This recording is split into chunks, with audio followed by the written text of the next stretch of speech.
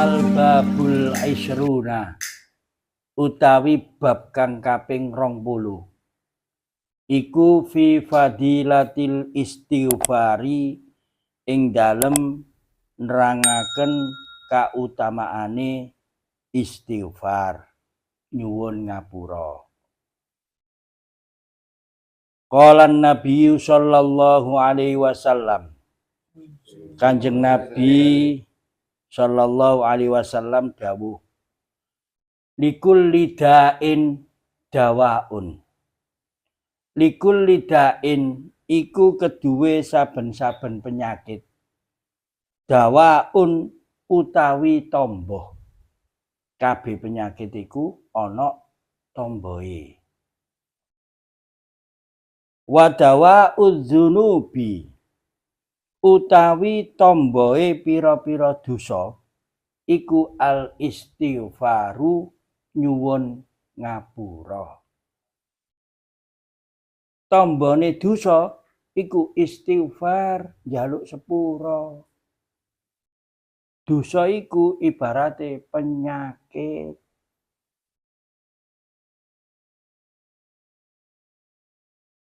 Awak niki kudu rumangsa dosane akeh, kudu rumangsa. Aja rumangsa suci, aja rumangsa gak duwe dosa. Akeh dosa awak dhewe. Mbuh dosa cilik, mbuh dosa gedhe, mbuh awake krasa dosa, mbuh enggak. Apa maneh dosa njaba ambek dosa njero. Tambah akeh maneh. Iki contoh dosa njaba istighfar. Dosa njaba apa? Ngrasani wong.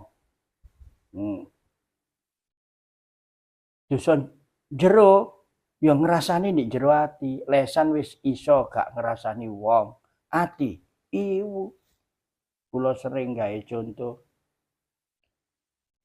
Ana wong teka mudhun teka sedan. Ati ku sok ngomong. Lesan gak ngomong. Ati sok ngomong, sapa sih iku? Sumbunge ae. Padahal kenal ae gak.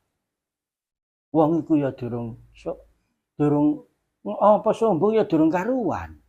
Atine kene ae sing elek. Nah, dosa iku ibarat penyakit. Tomboe istighfar. Mene kabeh wong ndek dina kiamat iku getun. Aja cacak sing nglakoni dosa. Sing nglakoni apik niku lho gedhen. Iki umpama sedina maca istighfar 1000, astagfirullahaladzim, astagfirullahaladzim. Niku jange gedhen. Apa aku biyen kok maca mek 1000 kok gak 2000. Sing 2000 nggih gedhen. Apa kok 2000 kok gak 3000.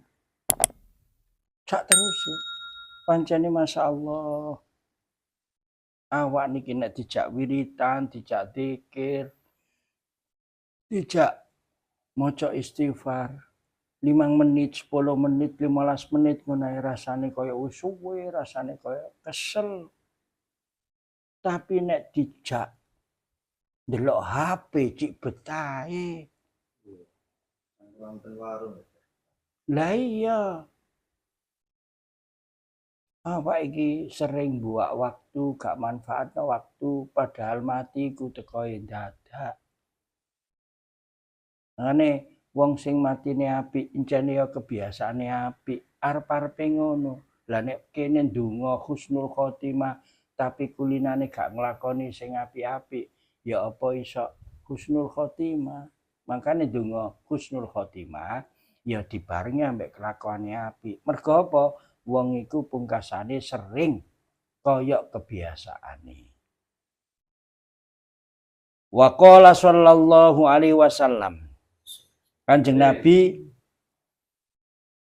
dawuh malih man istaghfara.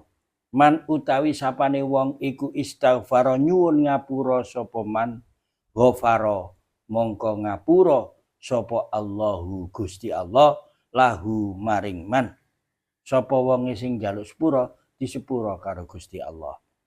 Wa ingkana lan senajan ana sapa man iku faron wong kang melayu minaz zahfi saking barisan perang. niku dosa gedhe niku. Jihad nek sakniki lak gak ana perang. Niku dosa gedhe. Niat jihad. Nek sakniki perange duduk perang niku fisik, perange musuh awake dhewe, musuh nafsune dhewe, musuh kekarepan-kekarepan eleke dhewe niku. Niku perang nglawan kemalesane dhewe, perang nglawan kekufurane dhewe, perang nglawan kebodohane dhewe, perang nglawan keelekane nafsune dhewe. Nggih niku perange awak dhewe. Sampean wis niat nuju Allah dadak balik mulih gak terus niku dosa gedhe. Lah nek gelem njaluk sepuro disepuro karo Allah.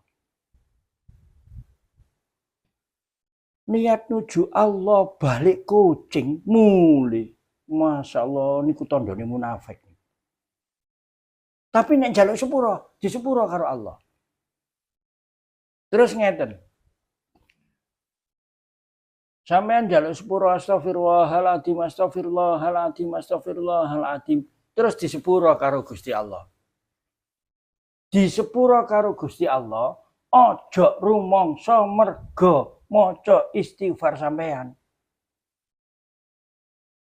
Sampeyan njaluk sepuro disepuro karo Gusti Allah, niku merga sifat maghfirahe, sifat ngapurane Allah. Sadurunge sampeyan njaluk sepuro, sifate Gusti Allah iku wis maha ngapura. Lah nek gak njaluk sepuro, wong gak njaluk ya gak disepuro.